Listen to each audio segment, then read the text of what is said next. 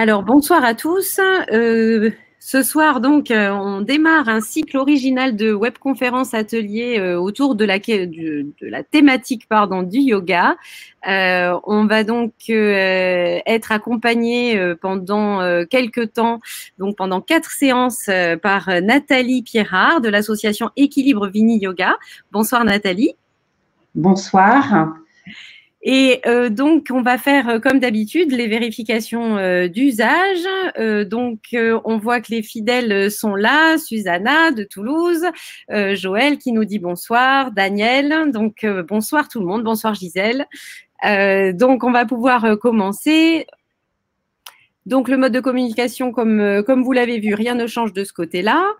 Ce soir, Ludivine est bien sûr avec moi pour me sauver de tous les problèmes techniques. En tout cas, elle va essayer parce que des fois, on peut pas faire grand-chose. Et donc, je vais démarrer par les petites actualités. Donc, je vous rappelle que le site santé.fr est en ligne. C'est un site du gouvernement qui a été mis en ligne, auquel l'ANDAR a contribué puisqu'on fait partie du comité éditorial. Un site sur lequel vous pouvez retrouver les informations validées par les tutelles, par les autorités de santé autour de la santé, un site qui se déploie et qui augmente aussi son contenu régulièrement, donc n'hésitez pas à aller le visiter. Plus près de nous, on a développé en partenariat avec la start-up Mappato un annuaire spécifique autour de la polyarthrite pour lequel vous avez tous été sollicités pour contribuer et pour le faire grossir, le faire grandir. Donc, continuez, surtout continuez. Mais ça y est, il est en ligne aujourd'hui. Donc, à partir d'aujourd'hui, si vous avez besoin d'identifier un spécialiste de la polyarthrite, par exemple, vous déménagez, un cas assez classique finalement, et vous ne savez pas vers quel spécialiste vous tournez, eh bien, grâce à Mappato, vous allez pouvoir identifier un médecin qui aura été expérimenté par un autre patient et qui aura estimé qu'il était très bien pour la prise en charge. Donc, c'est une belle action qui va se développer au fil du temps, au fil de vos contributions. Donc, surtout, n'hésitez pas, faites grossir cette initiative qui est essentielle pour les autres, bien sûr, puisque vous allez pouvoir faire bénéficier de votre carnet d'adresses, mais aussi potentiellement pour vous sur un lieu de vacances ou dans le cadre d'un déménagement, par exemple. Donc voilà, on compte sur vous. Et toujours en lien avec Mappato, on vous partage la sortie demain du livre de la fondatrice de Mappato qui s'appelle Axel Ensiri, qui est une jeune patiente ultra dynamique, brillante et très, très entrepreneuse et qui a donc développé cette start-up. Et je vous invite à découvrir son livre qui est autour justement du parcours patient. On est quand même très fiers parce qu'elle parle de l'ANDAR dans son ouvrage, donc on a été particulièrement touchés. Donc voilà, ça sort demain dans toutes les bonnes librairies, la Fnac notamment, sans faire de publicité, mais nous on a vu que sur la Fnac il était disponible.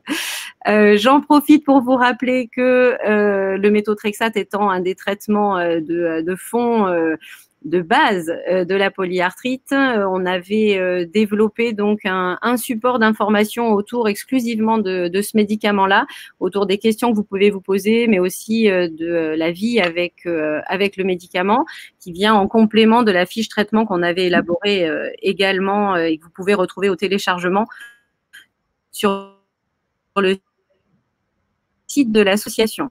Voilà, là, vous attendre beaucoup plus. J'ai encore 2 petites infos à vous partager. On suit Compagnons de voyage. Alors, que s'est-il passé? Où sont-ils passés? Ici. On suit Compagnons de voyage. Donc, Compagnons de voyage, c'est un petit couple fort sympathique. Donc, Léa et Jocelyn. Jocelyn a une polyarthrite rhumatoïde et ils ont décidé cette année de faire le tour du monde. Donc, ils ont complètement financé leur voyage, mais ont décidé aussi que chaque kilomètre parcouru permettrait de reverser des fonds à la recherche. Donc, ils ont mis en place une cagnotte. Ludivine va vous partager ça. Et voilà, n'est-ce pas parfait? Donc, n'hésitez pas à contribuer à cette cagnotte qui, en fait, est une cagnotte pour valoriser la démarche de compagnon de voyage, mais aussi la sensibilisation à la maladie, la possibilité de vivre bien avec une polyarthrite et soutenir la recherche. Donc, c'est une très belle initiative. On compte sur vous pour soutenir ce petit couple qui est vraiment d'enfer et qui a choisi d'aller poser, vous le voyez là sur les photos, le logo de Landar partout à travers le monde. Donc, ils nous l'ont déjà posé à Hong Kong, en Nouvelle-Zélande, et ils continuent l'aventure. Donc, on compte sur vous pour les soutenir. Dans la même mouvance, on a aussi eu le soutien de Caroline et Sandrine qui ont fait le raid Amazon en octobre dernier au Vietnam et qui ont fait ça pour une amie à elle qui a une polyarthrite rhumatoïde, donc avec cette belle initiative d'aller porter les couleurs de la maladie et de courir pour leur amie et pour tous les malades en même temps. Et ils nous ont ramené un joli chèque de soutien à l'association, donc 1 500 € récoltés par ces deux coureuses. Alors, c'est plus que des coureuses, hein, parce que c'était du canoë, de la course, du tir à l'arc. Enfin bon, c'était un vrai défi. Donc, on les remercie beaucoup pour leur soutien. Voilà, donc je reviens maintenant au yoga. Donc là, on a lancé une démarche différente de celle dont vous aviez l'habitude jusqu'à maintenant, puisque là, on va vous proposer 4 rendez-vous à peu près à 15 jours d'intervalle au lieu du mois auquel vous étiez habitué. Et donc, on va découper les choses, enfin Nathalie va découper les choses en vous proposant d'abord le yoga, une vision d'ensemble, le yoga et la polyarthrite dans à peu près 15 jours, puis le yoga dans le cadre des activités physiques adaptées et enfin se repérer dans tous les types de yoga. Vous allez avoir à chaque fois une session en 2 parties. Une première partie où Nathalie va vous expliquer un petit peu le sujet, les approches, éclaircir un peu la thématique. Et ensuite, et c'est là qu'est l'innovation, un atelier pratique où vous allez pouvoir chez vous avoir une approche, une sensibilisation au yoga. Donc, assez parlé, je suis au final très bavarde. Donc, Nathalie, à vous de jouer. Je vous abandonne jusqu'au temps des questions entre votre présentation théorique, on va dire, et l'atelier pratique. Bonjour à tous. Je remercie déjà Sonia de m'avoir invitée à participer à animer ce cycle de conférences. Et je vous remercie aussi pour votre présence et l'intérêt que vous portez au yoga. Alors, dans un premier temps, je vais faire un petit tour d'horizon avec vous un petit peu d'où vient le yoga et de voir déjà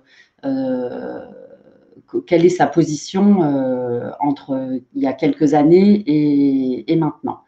Dans les années 50, le yoga était connu de peu de personnes, était pratiqué par encore moins de personnes, et c'était surtout les personnes qui étaient intéressées par l'Inde ou par l'Orient qui le pratiquaient, et c'était par exemple le cas de la personne qui est devant vous, qui est Yehudi Menuhin, le violoniste, avec son enseignant Iyengar. Aujourd'hui, le yoga est bien différent. On le voit un petit peu partout. On le voit peut-être même pour certains un petit peu trop. Et il y a des formes un petit peu différentes.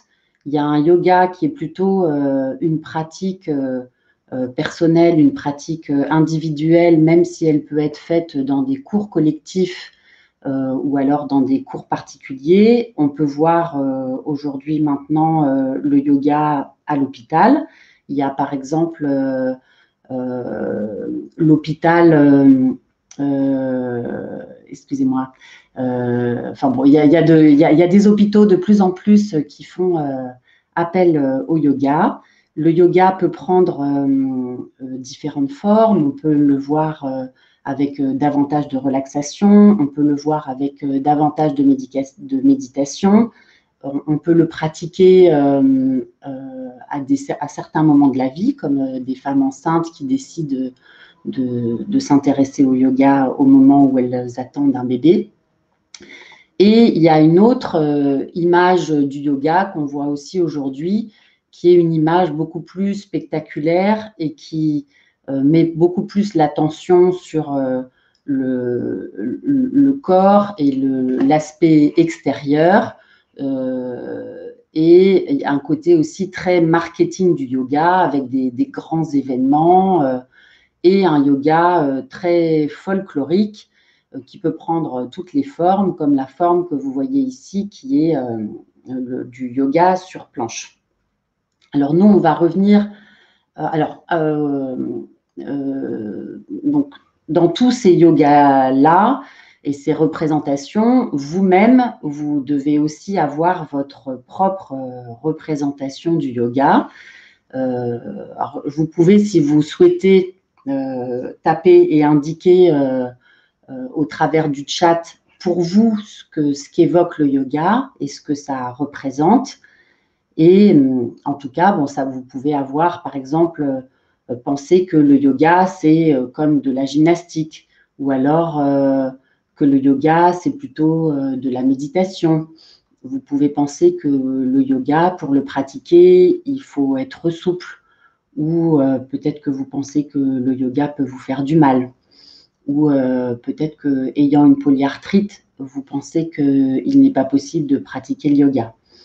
Il y a peut-être aussi certains d'entre vous qui ont déjà eu une expérience, et même peut-être certains d'entre vous pratiquent le yoga aujourd'hui. Alors, je vois effectivement qu'il y a une personne qui intervient et qui dit qu'elle a déjà fait du yoga, mais que ça lui a fait mal. Donc, c'est une chose importante qu'on va évoquer dans ces conférences. Alors, premier point déjà, on va essayer de comprendre un petit peu déjà d'où vient le yoga. Le yoga est né en Inde, il y a plus de 2000 ans avant Jésus-Christ, donc c'est quelque chose qui est très ancien. Il est présent au départ dans les Védas, qui sont les textes sacrés à l'origine de l'hindouisme. Et au fur et à mesure de l'histoire de l'Inde, le yoga s'est développé, a pris énormément de formes différentes et il y a différents domaines auxquels le yoga s'est intéressé. Il s'est intéressé aux pratiques physiques et corporelles. Il a essayé de comprendre et développer les capacités corporelles. Il est rentré aussi dans toute la dimension psychologique des personnes, dans la gestion de nos émotions, la gestion de nos pensées, le fonctionnement de nos pensées, le mécanisme de nos pensées. Il y a aussi une dimension philosophique dans le yoga, à comprendre aussi notre place, notre position et comment on se transforme au fur et à mesure, une dimension spirituelle. Il y a aussi dans le yoga des temps anciens des dimensions métaphysiques, de la position aussi de l'homme dans le cosmos. Et au fur et à mesure de ces évolutions et de cette histoire de l'Inde, il y a des textes, des traités assez nombreux qui ont donné des versions et des explications et des présentations du yoga. Il y a un texte de référence qui est les Yoga Sutras de Patanjali et qui est un texte qui est non pas comme c'est écrit là sur l'écran, mais qui est à peu près de 2 siècles avant Jésus-Christ, qui est un petit peu le texte fondateur du yoga.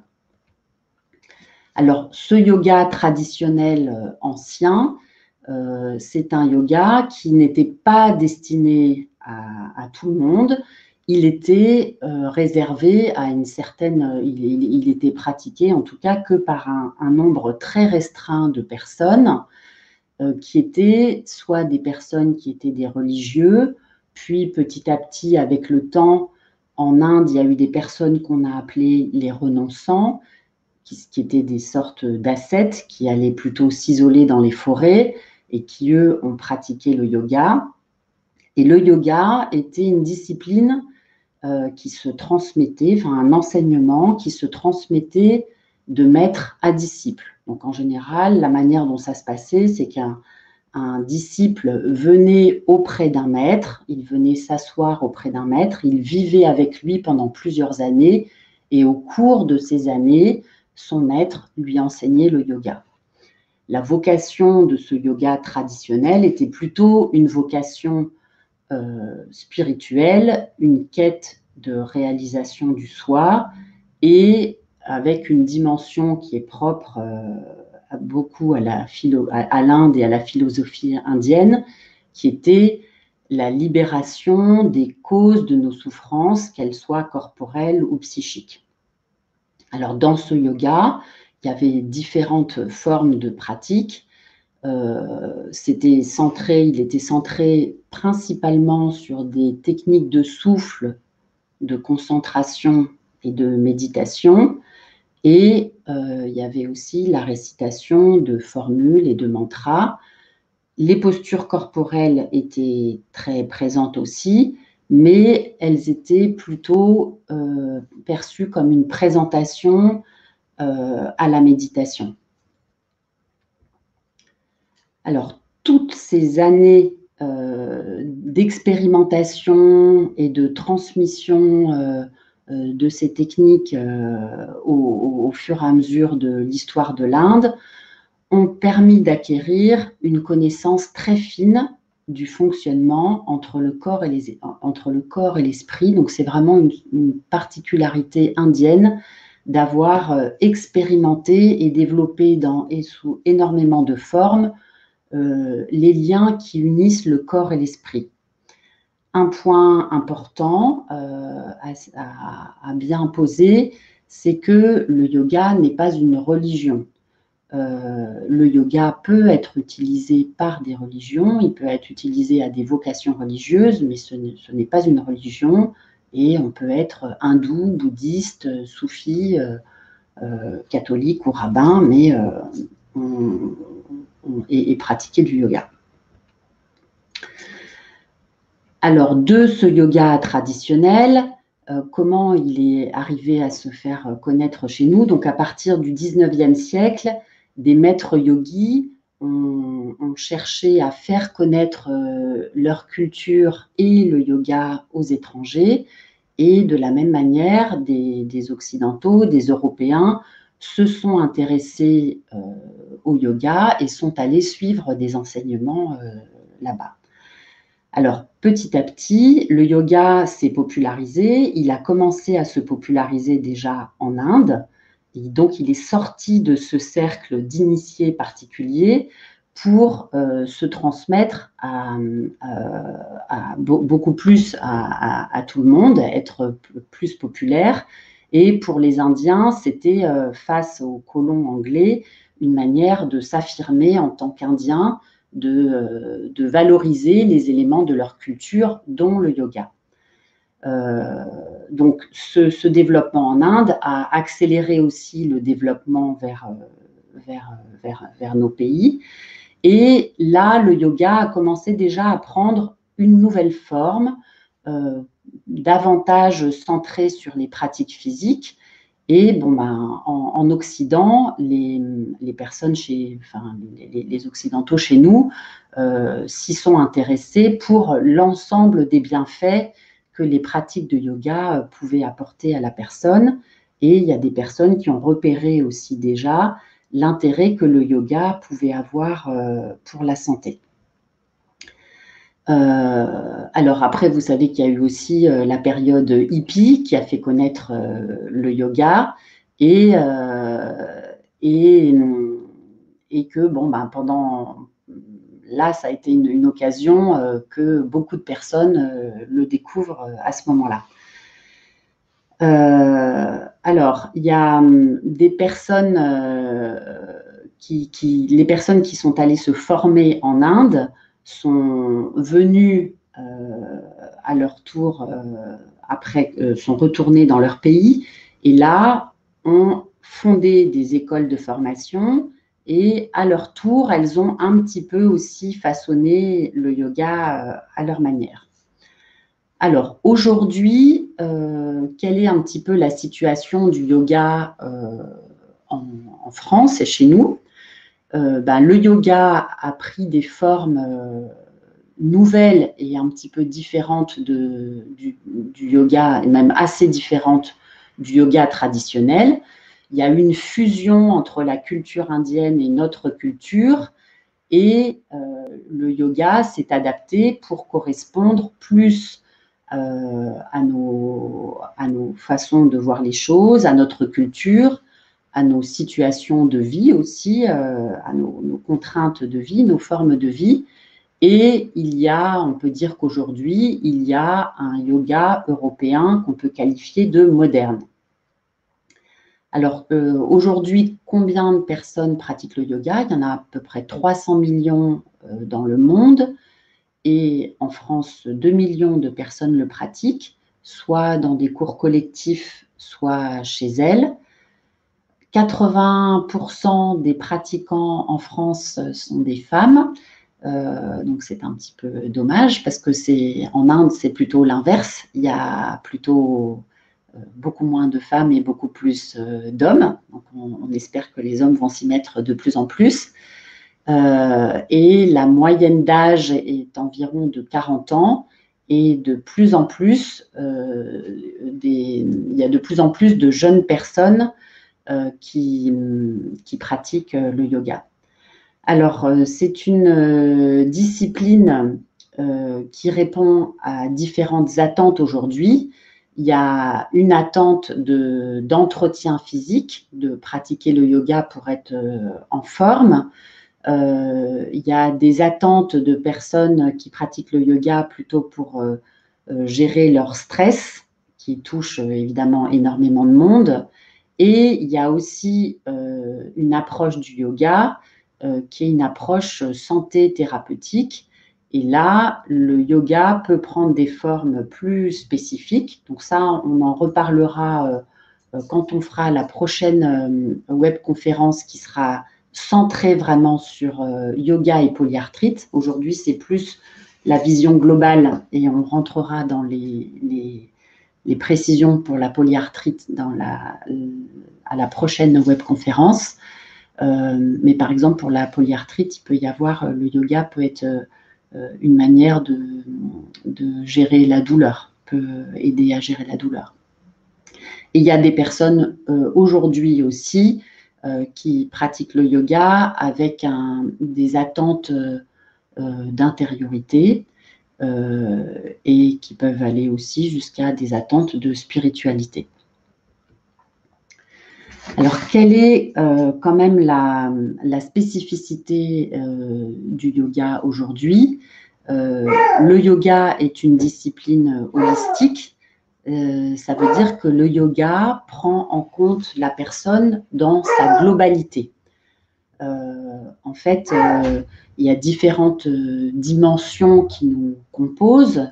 On est un corps, on est de la matière, on est constitué de nos os, de nos vaisseaux, de nos cellules. Il y a aussi une énergie qui permet d'animer notre corps. On est aussi constitué de nos pensées, de notre mémoire, de nos émotions, de nos perceptions, de ce qu'on va retenir de nos perceptions.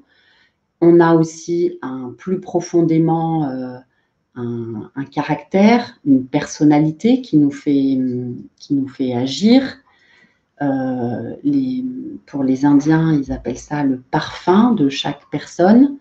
Et il y a aussi, encore un petit peu au-delà, une autre dimension qui est la dimension de notre essence, de notre nature en tant qu'homme, et qui fait aussi qu'on est agissant d'une certaine manière. Alors, dans le yoga, toutes ces dimensions sont des dimensions qui ne sont pas séparées, qui sont en interaction les unes avec les autres. Le corps et le psychisme n'ont pas de fonctionnement indépendant, ils sont liés et en agissant sur l'un, on agit sur l'autre et vice-versa. Donc, c'est une discipline qu'on appelle la mind-body, que les anglophones appellent une discipline mind-body parce qu'elle fait appel et à l'esprit et au corps. Alors, je suis désolée, je vois qu'il y a plein de messages qui s'affichent dans tous les sens. C'est un peu difficile de pouvoir en même temps faire la présentation et répondre aux questions, mais effectivement, la partie atelier arrive bientôt. Et cette première partie est bientôt terminée. Donc, je voulais simplement terminer cette présentation en vous disant que le mot yoga est un terme sanskrit qui est une langue indo-européenne. Et le sens de yoga vient de la racine yug et veut dire le fait de mettre ensemble, de relier, d'attacher. Et le yoga, c'est en fait l'union et l'harmonisation de toutes ces dimensions qui nous composent et le fait de les unir pour les faire bien fonctionner tout ensemble. Voilà.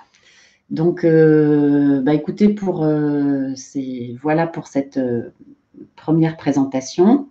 Donc, je ne sais pas du coup si vous avez des questions, parce que là, moi, je n'ai pas pu lire en même temps, donc je ne sais pas s'il y a des questions qui sont ressorties précises sur lesquelles on pourrait répondre.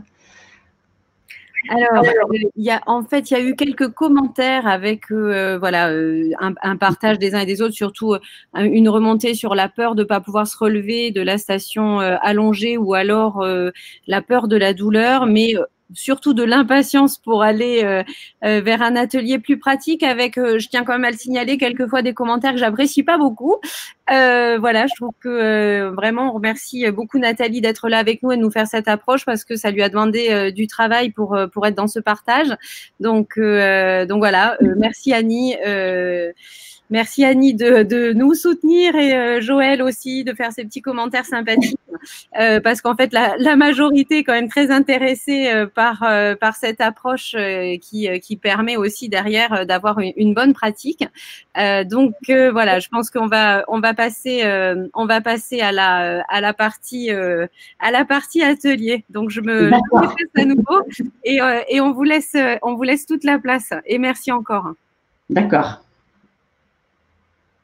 Bon, alors je voulais juste vous dire quand même que c'est le format de cette webconférence est fait comme ça. Il est fait de la moitié une partie présentation et la moitié une partie atelier. Donc, ça sera comme ça a priori à chaque fois. Pour la partie atelier, un point très important, c'est deux principes du yoga. Un principe qui s'appelle Ahimsa et qui est un principe de non-violence. Et la non-violence, c'est la non-violence à l'égard des autres et c'est la non-violence à l'égard de soi-même et qui est le fait de ne jamais faire de mal, que ce soit aux autres et que ce soit à soi-même. Donc, dans la pratique de yoga, une dimension de la pratique, c'est d'être attentif à ne pas vous faire mal. Alors, votre corps, c'est le vôtre. Quand vous faites des mouvements, c'est vous qui les ressentez. Donc, dans toute pratique de yoga que vous allez faire, que ce soit là dans les ateliers comme à d'autres moments, vous devez bien sentir où sont vos limites et ne jamais aller vers la douleur. Après, il y a une autre dimension du yoga aussi, qui est ferme et douce est la posture. Et ça, c'est parce que en même temps, on doit être dans la détente dans les postures et il y a quand même aussi une dimension de fermeté et de tenir un petit peu les postures pour arriver à une progression. Donc voilà, ça c'est différentes dimensions. Ce que je voulais vous dire aussi avant de juste que chacun aille sur sa chaise pour commencer l'atelier, c'est que là vous êtes assez nombreux, vous avez certainement des capacités physiques qui sont différentes. Il y a vous êtes des personnes assez hétérogènes. Et puis, il y a une autre grande particularité aussi, c'est qu'on n'est pas ensemble dans une salle et je ne vous vois pas. Donc, je ne peux absolument pas savoir ce que vous êtes en train de faire, voir comment les choses se passent, ce qui n'est pas du tout évident et facile. Donc, les pratiques qu'on va faire pendant toutes ces séances vont être des pratiques qui vont être douces et qui vont être dans des choses assez simples. Et pour les personnes qui auraient peut-être davantage de possibilités et de capacités physiques, ça n'est pas forcément représentatif de tout ce que vous pourriez faire à partir du moment où vous avez une polyarthrite. On peut faire les choses, on les fait en fonction de ses capacités. Mais là, nous, pour les ateliers, on est obligé de rester dans des choses qui vont être plutôt des choses très douces. Voilà. Donc aujourd'hui, l'atelier se fait sur une chaise. Donc vous allez pouvoir tous vous mettre sur votre chaise. Alors moi, je ne vois absolument pas les messages qui sont affichés, donc il faudrait me dire si jamais il y a quelque chose de particulier, parce que je ne pourrais que l'entendre, je ne pourrais pas le voir. De là où je suis, je ne peux pas le voir. Alors, pour vous asseoir, si vous êtes sur une chaise, ou je ne sais pas si vous êtes sur une chaise ou sur un tabouret, ne vous appuyez pas sur votre dossier et mettez-vous plutôt un petit peu sur le bout de la chaise. Mettez vos pieds bien à plat sur le sol. Mettez-vous le dos bien droit.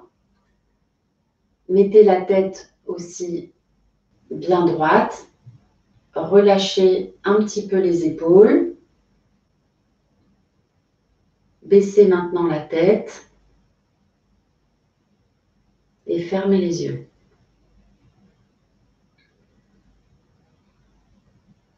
Vous allez expirer tout doucement et lentement, le plus longuement possible.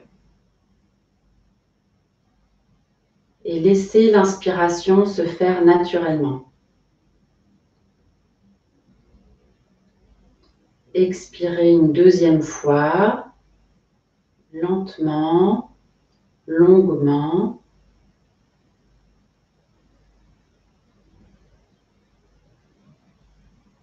Et laissez l'inspiration se faire. Une troisième fois. Expirez tout doucement, longuement. Expirez par le nez.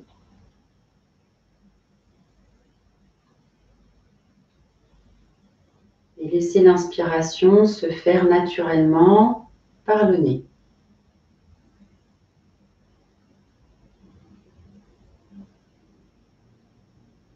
Gardez les yeux fermés. Vérifiez que votre dos est toujours droit. Relâchez un petit peu vos épaules si vous les sentez un petit peu tendues.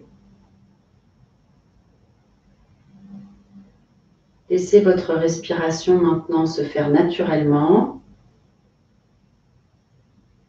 Observez simplement l'air qui entre par vos narines quand vous inspirez et l'air qui sort par vos narines quand vous expirez.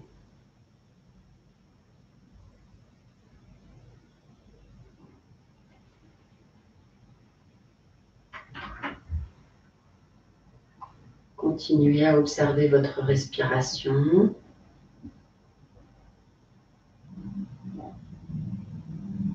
L'air qui entre. L'air qui sort.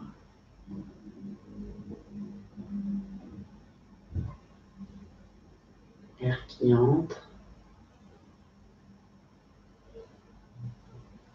L'air qui sort.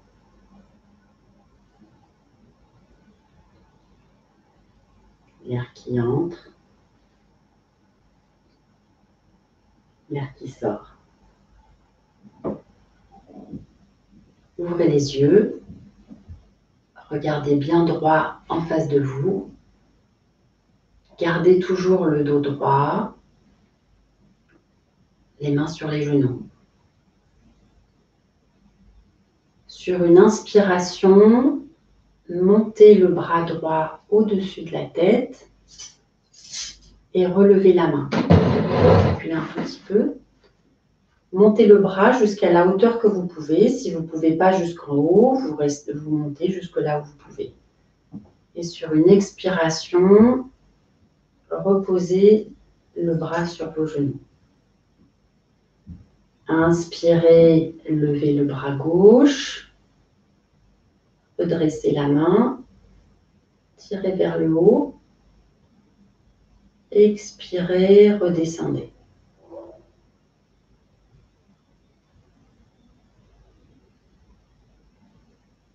Inspirez, montez maintenant les deux bras au-dessus de la tête. Redressez les mains. Tirez. Reposez les mains sur les genoux.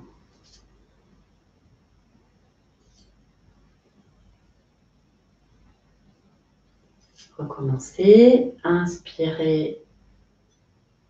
Montez le bras. Relevez la main. Tirez.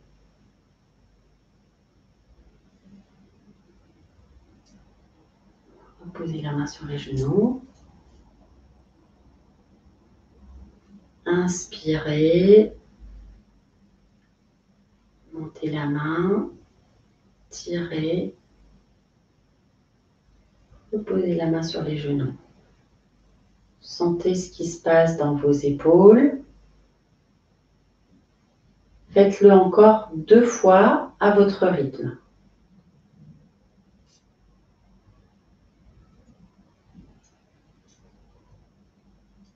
Montez jusqu'à la hauteur que vous pouvez et redressez votre main comme vous pouvez.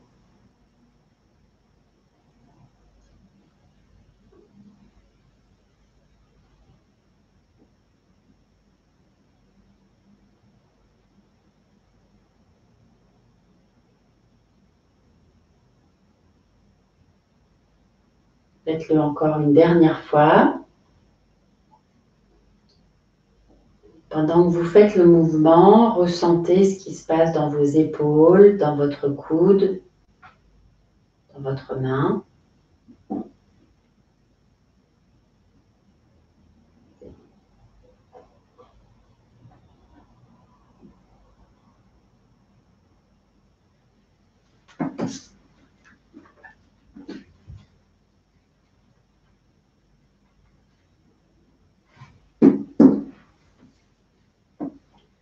Restez maintenant les mains posées sur les genoux.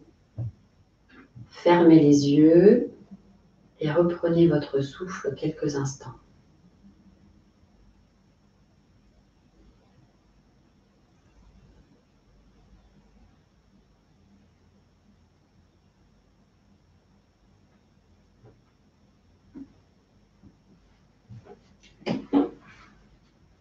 Ouvrez les yeux, vérifiez maintenant que vous avez bien les 2 pieds posés à plat, bien parallèles sur le sol. Les genoux aussi bien parallèles. Redressez le dos. Mettez la tête bien en face. Sur une inspiration, montez les 2 bras au-dessus de la tête. Et expirez. Vous redescendez les bras, vous descendez la tête. Vous arrondissez le dos et vous relâchez vos épaules.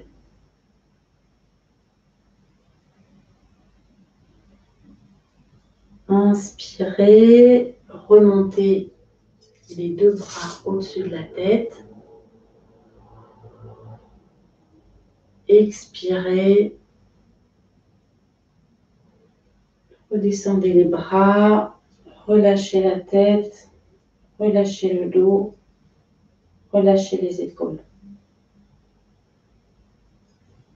Faites-le encore 3 fois. Inspirez, montez les bras au-dessus de la tête. Expirez, redescendez les bras, baissez la tête, arrondissez le dos, relâchez les épaules. Faites-le encore 2 fois. Inspirez, montez les bras au-dessus de la tête, redressez le dos, expirez, relâchez les bras, relâchez le cou, relâchez les épaules, relâchez le dos. Et une dernière fois, montez les bras au-dessus de la tête. Regardez bien droit, redressez le dos. Expirez, redescendez les bras, relâchez le cou, relâchez la tête, relâchez le dos. Maintenant, inspirez, une dernière fois, montez les bras au-dessus de la tête. Expirez, venez reposer les mains sur les genoux.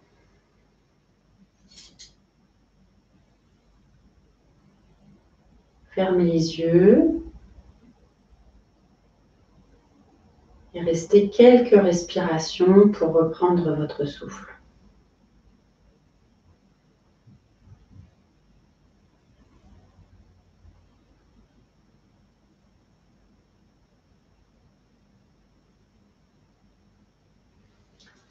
Vous pouvez maintenant ouvrir les yeux. Posez toujours vos mains sur vos genoux. Vous pouvez un petit peu bouger la tête, un petit peu bouger les épaules.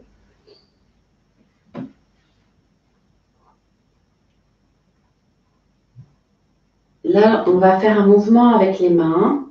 Donc, on va le faire ensemble et je vais vous l'expliquer. Vous allez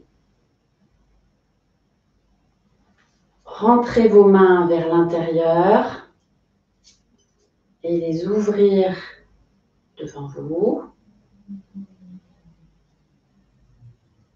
Ensuite, vous les rentrez de nouveau vers l'intérieur et vous les faites aller devant.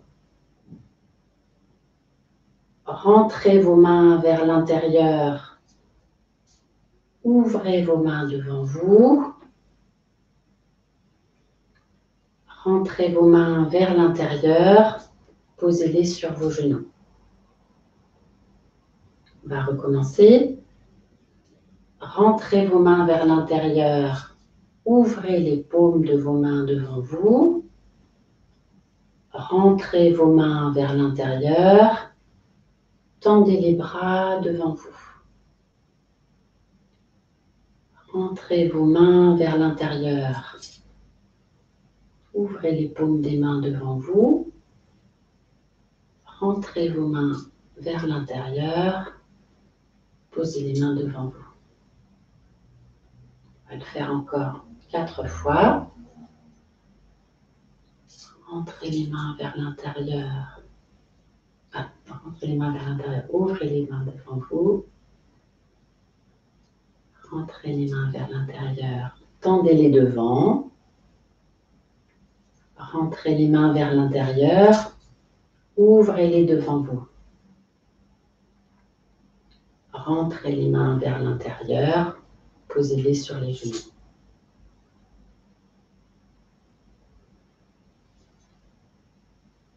Rentrez les mains vers l'intérieur. Ouvrez les paumes devant vous.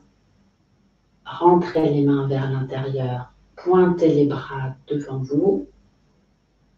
Rentrez les mains vers l'intérieur. Ouvrez les mains devant vous. Rentrez les mains vers l'intérieur. Posez vos mains sur les genoux.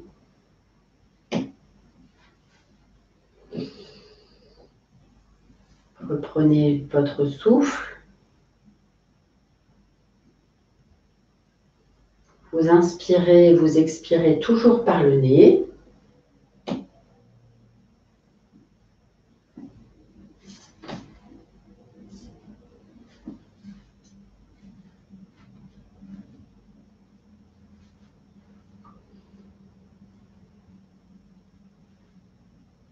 Regardez droit devant vous.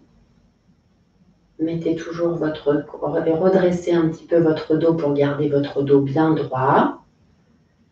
Et sur une expiration, vous allez poser votre main sur votre main gauche sur l'épaule droite et vous regardez votre main.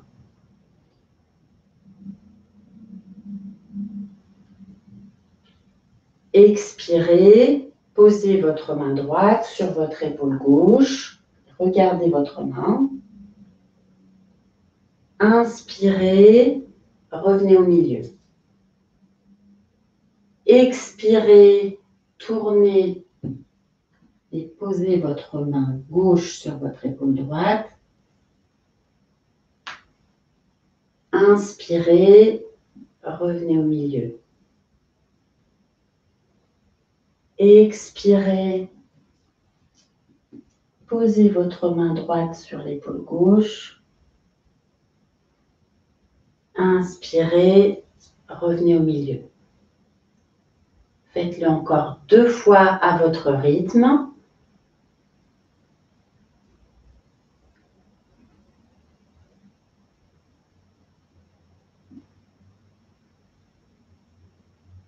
Expirez, vous tournez.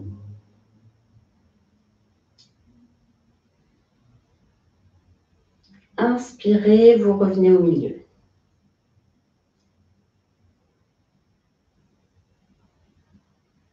Expirez, vous tournez.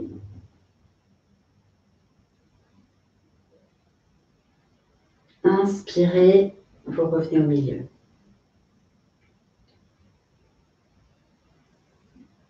Expirez, vous tournez.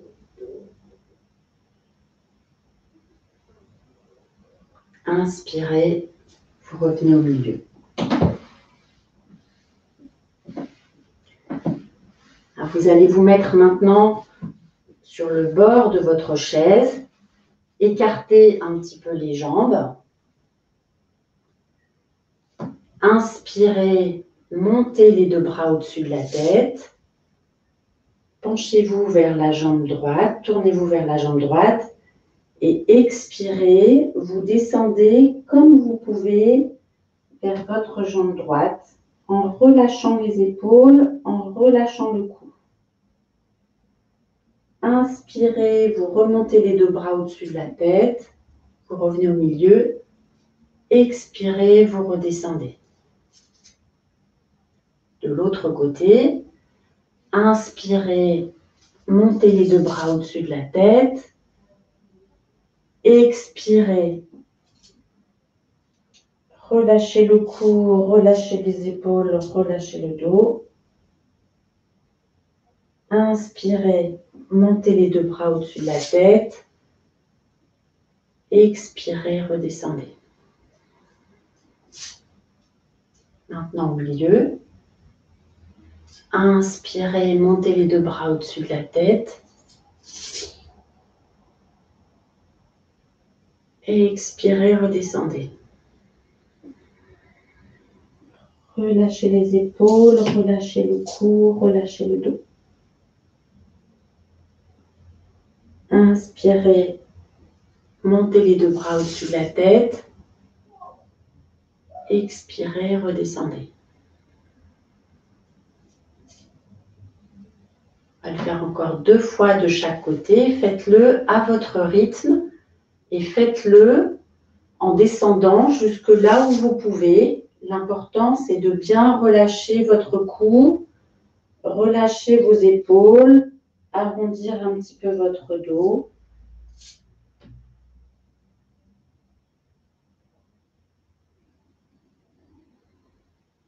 Inspirez, remontez les bras au-dessus de la tête.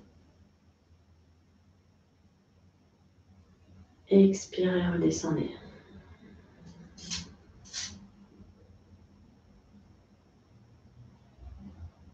Inspirez, montez les bras. Tournez-vous vers l'autre jambe. Expirez, redescendez.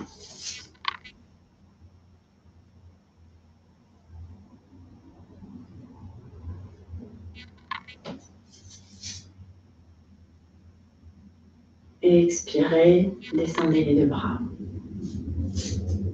Faites-le encore une fois de chaque côté et une fois au milieu, à votre rythme.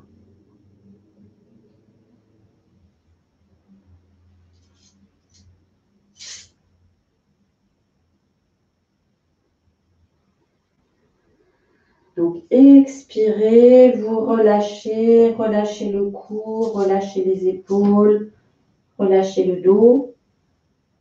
Inspirez tout doucement, vous remontez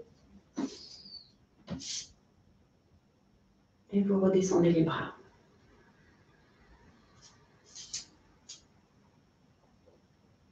Côté gauche.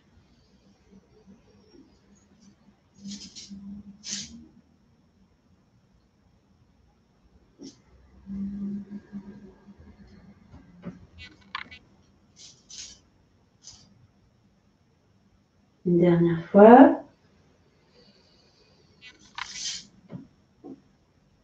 Au milieu. Expirez, redescendez au milieu.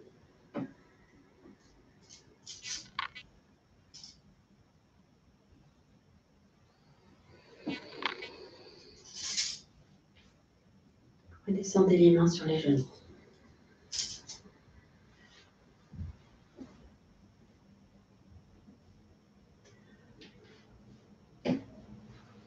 Alors, vous pouvez revenir un petit peu plus en arrière de votre chaise.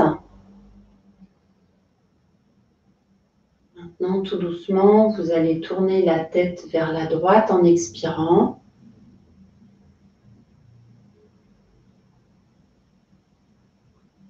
Inspirez, revenez au milieu.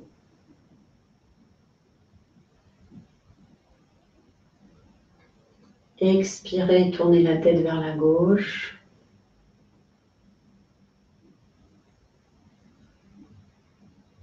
Inspirez, revenez au milieu.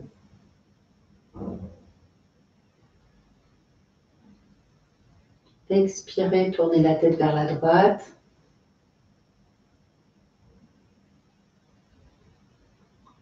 Inspirez, revenez au milieu.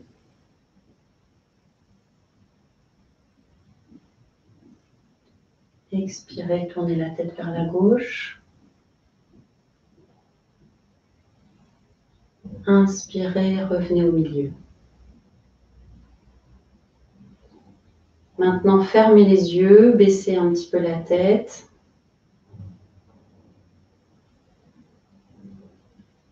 Observez votre souffle, cette fois au niveau de votre ventre. Observez votre ventre qui gonfle un petit peu à l'inspire et qui se creuse un petit peu à l'expire.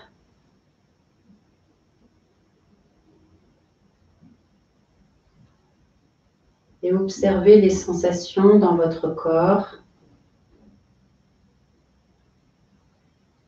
Observez les sensations dans vos épaules,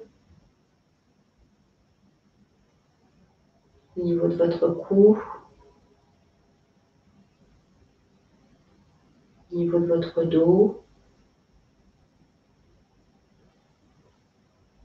de vos poignets, de vos mains.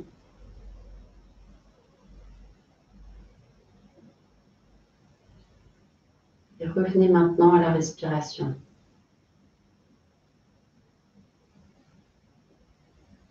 Observez votre respiration au niveau de votre ventre.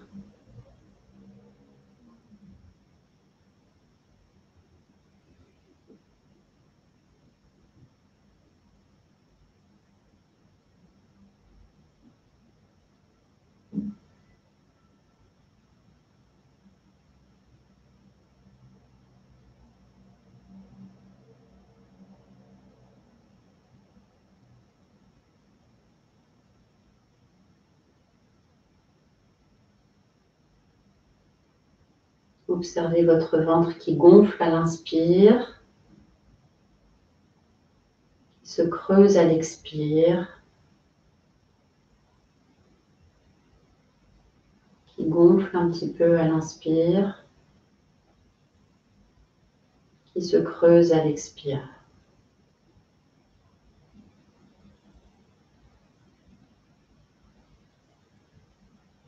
Relevez la tête, ouvrez les yeux. Merci.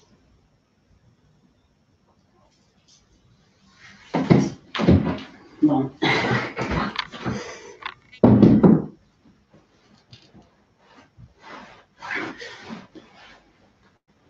Merci beaucoup, Nathalie. C'est super. Il y a pas mal de commentaires. On va pouvoir discuter un petit peu de ça. Mais avant tout, merci beaucoup parce que c'est quand même une opportunité de proposer cette expérience gratuitement à tout le monde de façon tout à fait ouverte. Et donc, on a pas mal de commentaires, de remerciements, de tout ça. Donc, ça fait très plaisir. Donc, on a eu des sujets notamment autour de la difficulté à gérer la respiration. Oui, je vois, oui. C'est vrai que je reconnais que c'est très difficile de faire tout ça au travers d'un écran, hein. Je suis un peu désolée parce que c'est un exercice qui n'est pas facile. Alors, je tiens compte de vos remarques et on va faire un travail plus particulier sur la respiration la prochaine fois. Comme ça sera certainement plus facile, hein. Bon, mais après, je pense que c'est aussi pour chacun une nouvelle sensation, une nouvelle exploration aussi. Donc, c'est forcément pour une première fois pas toujours évident. Nelly nous posait la question au sujet au fur et à mesure des exercices, y a-t-il des explications sur le mécanisme qui agit dans le corps, comme par exemple en Qigong, alors je ne sais pas le prononcer, on ne dit pas comme ça, je le sais, où chaque posture ou mouvement a une raison d'être. Hein, donc, Qigong, je crois qu'on dit quelque chose. Voilà, merci.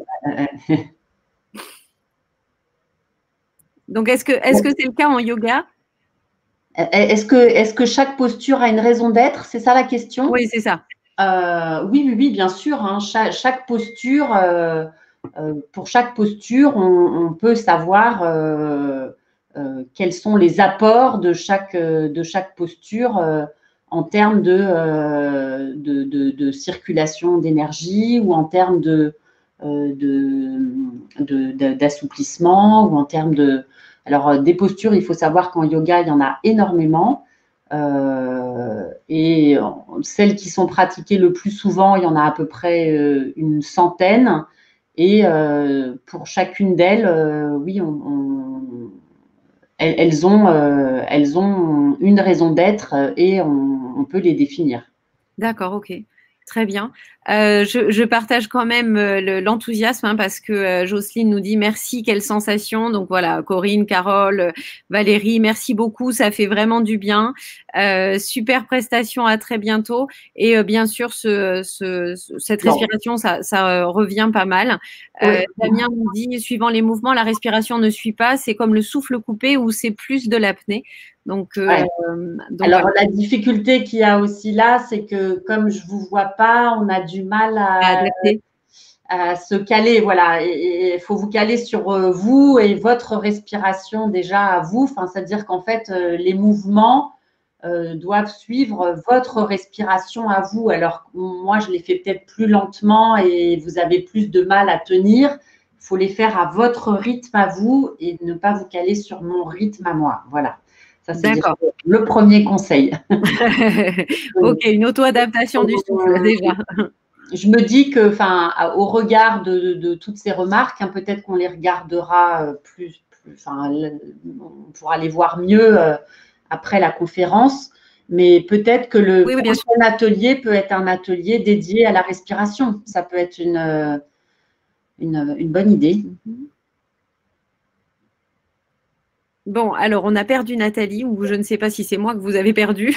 Ah, En tous les cas, bon, j'espère que on va pouvoir récupérer Nathalie très vite. bah moi je suis là. Euh, Vous m'entendez plus? donc, eh ben écoutez, de toute façon, la webconférence se termine là. J'espère que Nathalie va pouvoir nous rejoindre au moment où on va se dire au revoir quand même. Merci Valérie de confirmer qu'on m'entend. On vous donne rendez-vous dans à peu près 15 jours pour la suite où on va aussi adapter donc par rapport à vos remarques, etc. Merci de votre soutien. Essayez de pas être trop dur quand vous avez des commentaires parce que c'est quand même très très raide pour la personne qui donne de son temps et qui met beaucoup de cœur à cette préparation et à vous faire ce partage. Donc voilà, Evelyne, un petit coucou. Je vois que tu es là et que tu nous dis que c'était une première pour toi. Donc voilà, l'atelier numéro 2, ce sera le 4 février à la même heure, à 19 heures, bien sûr disponible en live et en replay. Bon, le live, bien sûr, a ses avantages d'être dans l'échange. Et donc, la prochaine fois, on sera plus axé précisément sur les bienfaits du yoga en lien avec la polyarthrite rhumatoïde. Donc, merci encore à Nathalie. Donc, pour Laura, le replay sera accessible sur le site de Landar d'ici demain matin à peu près. Voilà. Donc, bonne soirée à tous et à dans 15 jours, au 4 février, pour la suite donc de ces ateliers. Voilà, merci, au revoir. Au revoir, merci beaucoup.